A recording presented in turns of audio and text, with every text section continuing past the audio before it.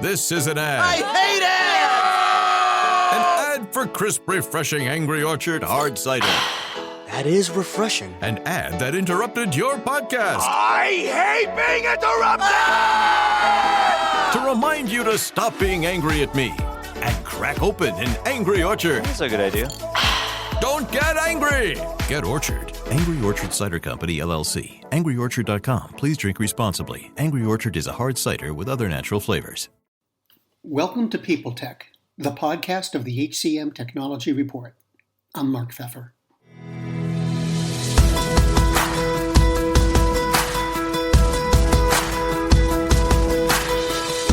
My guest today is Derek Belch, founder and CEO of Strivr. They're a company that provides immersive learning solutions. That means they combine virtual reality tools with content and implementation services. We'll talk about how it all works and where it's going on this edition of People Tech. Derek, welcome. So can you give me a brief overview of Strivr and what it does? Sure. Strivr uses virtual reality. At the most basic level, Strivr uses virtual reality for employee training.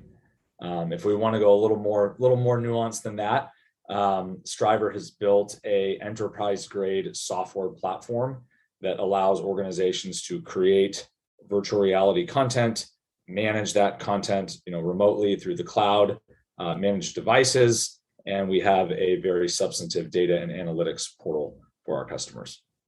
Okay.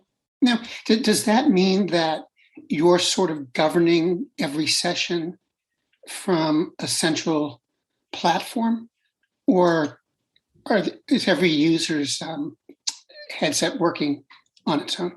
Yeah, that's a great question. So I'll kind of give you like a two-part answer. So first off, Strivr, as of today, we are an end-to-end solution. It's very early in the market right now. And, there are a lot of companies, a lot of startups out there, and even large companies attacking different pieces of the value chain to put VR in the hands of organizations for employee training. With the exception of hardware, we do not make hardware. Now, we have to do a lot of things to like touch the hardware and provision the hardware and get it ready to go, which I'm happy to talk about if necessary. But with the exception of hardware, we're literally doing everything else. We're making content. We are doing strategy and alignment sessions with our customers. We ship devices out. We do change management. We have data analytics. So and we built all the software to make that happen. So from a software and a services perspective, we've built pretty much everything that an organization needs to successfully deliver VR training to their associates. Now, the other part of that answer is what's happening when an employee puts a headset on their face. And the answer to that is, well, it could be a couple things. Many of our customers actually, as of today, when they use Strivr, that headset is operating in offline mode because they want it to be kind of locked down. They don't want people playing games. They don't want them in the Oculus store or whatever's going to happen. So we in that sense, that headset is like dark to the world when they're using it, and it doesn't go back online until we tell it to go online. and then when it does, we can upload and download different pieces of content. We can get the data analytics that we need to do. We can remote into devices if there's a technical challenge. The list is very long of what we can do once it's online. And then in other cases, sometimes customers use Strivr streaming, pulling it down directly from an internet connection in real time. So kind of a long-winded answer, not super simple, but in a nutshell, we are kind of powering the entire experience as of today. Well, you say not a short answer, but I don't know how you could answer that briefly. I was able to try out Strivr, and there are parts of it that are really impressive. I mean, more impressive than I would have expected. I'm talking about recordings of users themselves that sort of mimic the movement the person made, and walking around an airplane, a jet, to learn how to fix it. Yeah. Can you talk a little bit about how you make that all happen? Sure. So the metaphor that I love to use when talking about VR period, and then we'll go to Strivr specifically, is a flight simulator. So, why have pilots used flight simulators for decades? Well, it's because they're basically flying the plane without actually flying the plane, and they can get those repetitions again and again and again until they prove that they're going to fly the plane the right way in the real world, right? They're not going to crash the plane and kill anybody, flush a $100 million asset down the drain, et cetera. So at Strivr, we take a flight simulator-like approach when we engage with our customers. And first, Mark, that's through the lens of building content, where we actually, sit down. I mentioned this before. We actually sit down and do almost like strategic consulting engagements with customers. All right, tell me how you train your workforce. Where do you train them? Why do you train them? What do you train them on? Where do you see VR fitting in? What kind of ROI are you looking for here? Right, the list is very, very long. And so, what's on your mind? Like we hear 100 ideas from customers, and candidly, most of the time, 80 of them aren't a very good use for the technology. And so we kind of got to whittle that list down smaller and smaller. So we start with heavy strategic consulting. And then from there, we're building learning plans. We're doing hardcore instructional design and writing scripts. We're either, obtaining assets by filming 360 video in a live environment, or building 3D models. And then we go and we actually build the learning modules with our authoring tools that we've built as well, which is part of the platform. So it really is a soup to nuts process. And that's like the first lens, which is like the content build. We want the content build to resemble a flight simulator as much as possible, where an employee puts a headset on their face and feels like they are in the shoes they would be in their job, whether that is on an assembly line, whether that's in a Walmart store, whether that is, sitting across from an avatar. I have to verbally fire this person, and how's that going to go? It feels real, right? That's what we're going for from a content perspective. And then the second half of this is the vision. And again, back to the flight simulator. Today, the industry, and Strivr is no different, but we're further along than others. It's very much a content first sale, very much a content first engagement. Well, we're trying to build the flight simulator.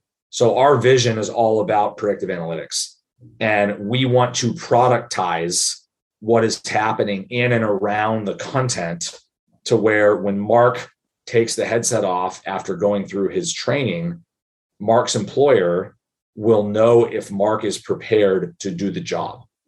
And as of today, how are we measuring preparedness? Did you take the training or didn't you? What was your score on a multiple choice exam? It's just a check in the box on some of these 2D mediums.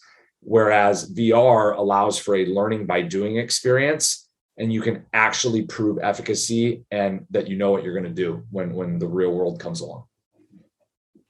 Now, it seems that in the last few years, more companies have been getting into this space, both VR in general and VR learning in particular.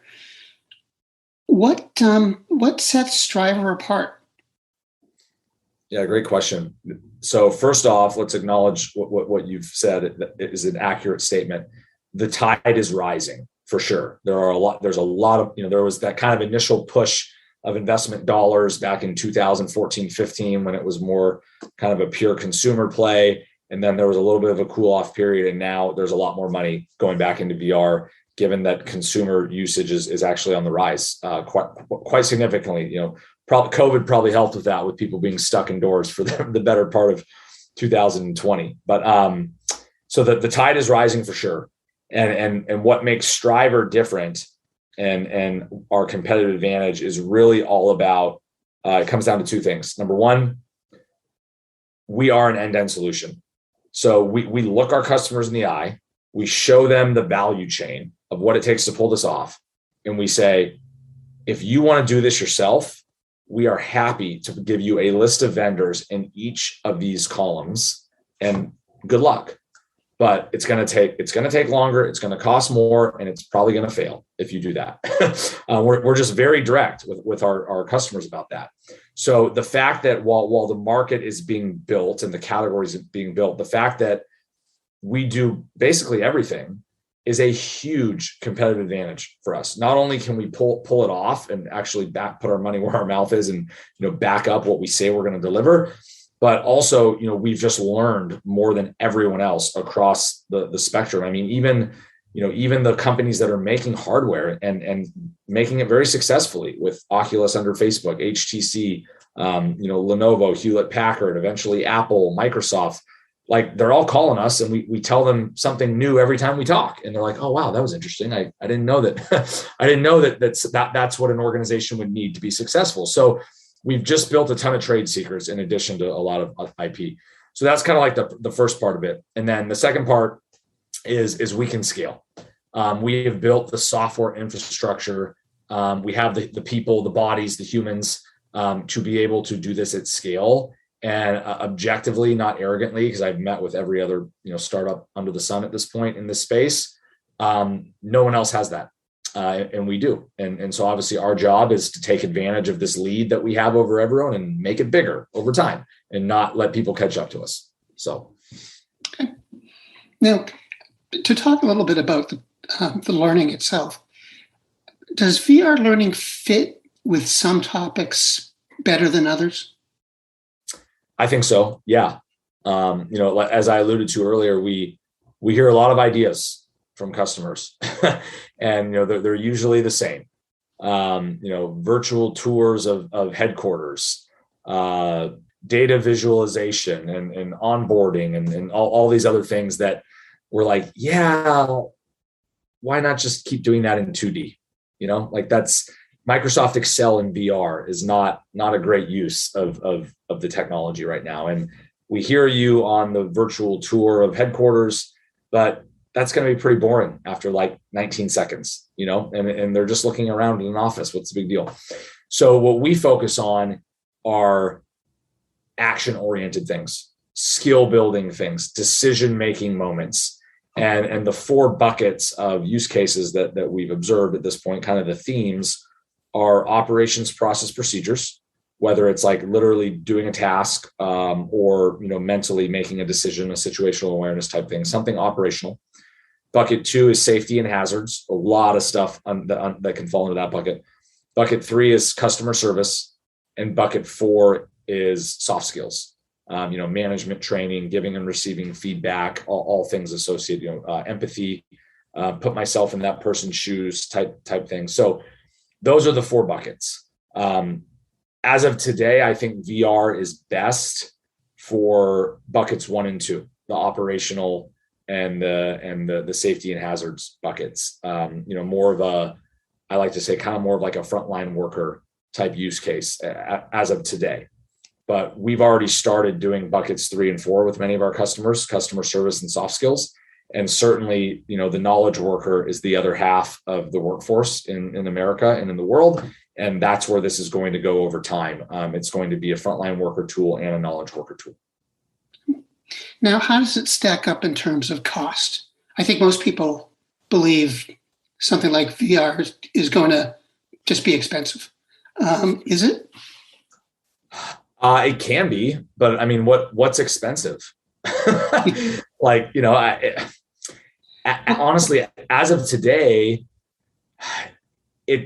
it's not that far off from a lot of 2D learning methods. The making of an e-learning module, a short film, a commercial, flying 20 executives into one city for a 3-day workshop. I mean, it's not that far off. If you're, and I don't want to go too deep on every nook and cranny, but you probably, if we're talking about just building a piece of content, you could find everything from $1 million, high end, crazy, George Lucas-esque content to free, because someone's so desperate to get a logo on their website that they'll give it to you for free, right? So if we set free aside, I would say, and if we set the polls aside, I would say most learning modules are anywhere in the $30,000 to $130,000 range. That's not that far off from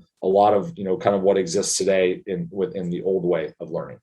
And then you have hardware, and buying 50,000 headsets is probably going to add up to several $1 million, just like buying 50,000 computers and tablets and phones, right? And so maybe an organization isn't quite ready yet for that level of spend based on the ROI that they've yet to see.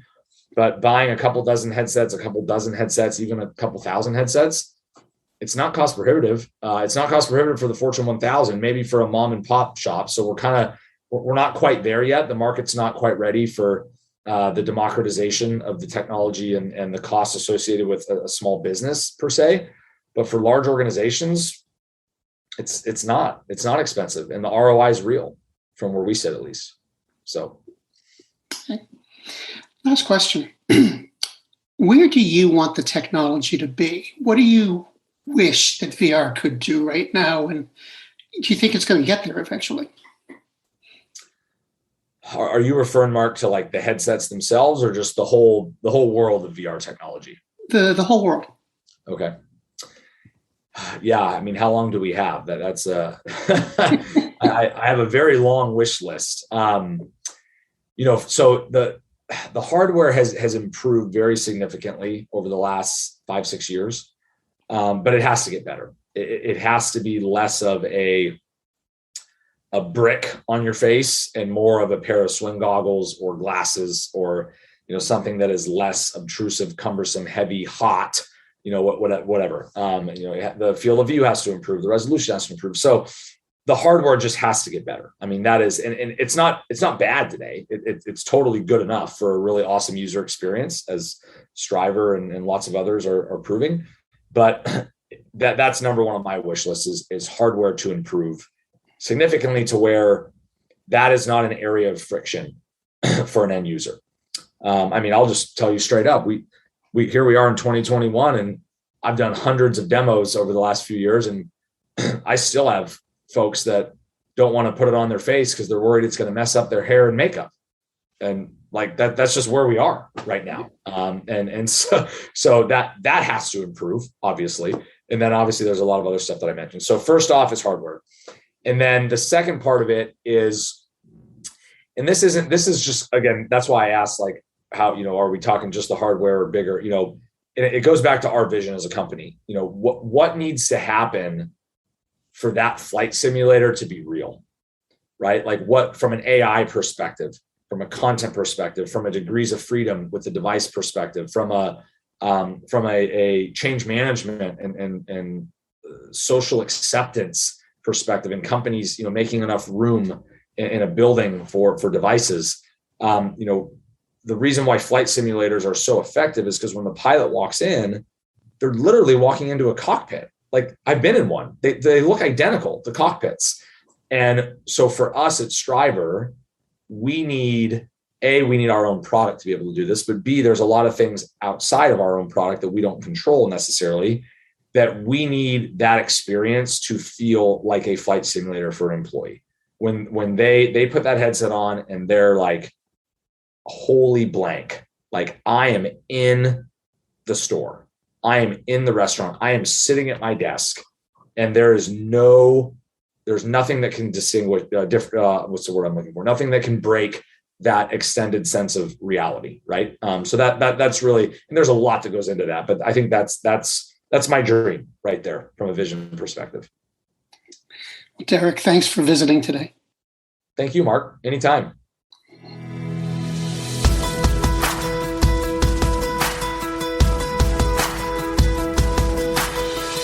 My guest today has been Derek Belch, the founder and CEO of the immersive learning company Strivr.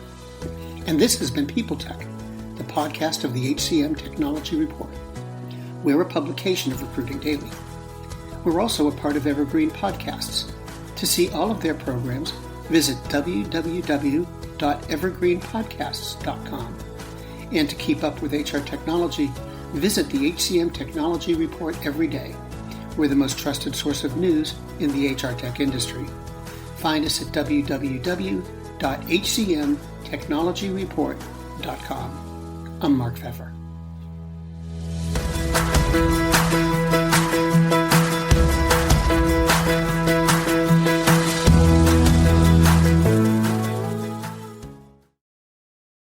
The world's best-known investor and Wall Street expert Warren Buffett once said, "Wall Street is the only place that people ride to in a Rolls-Royce to get advice from those who take the subway." Mr. Buffett's quote is remarkably accurate, but how many people would rather receive advice from him than someone simply guessing? Welcome to Buy, Hold, Sell, your single source for Wall Street knowledge and profitable guidance. Please join me, Todd Schoenberger, and fellow trader Tobin Smith, as well as host Veronica Dudo, for a podcast known to move the needle for investors. Tobin and I are seasoned Wall Street executives with deep investment experience, and we are prepared to share our advice to those who choose to listen. Download Buy, Hold, Sell today on the Evergreen Podcast Network or your favorite podcast channel. Faith in the news media has been challenged, making it even harder to get stories told.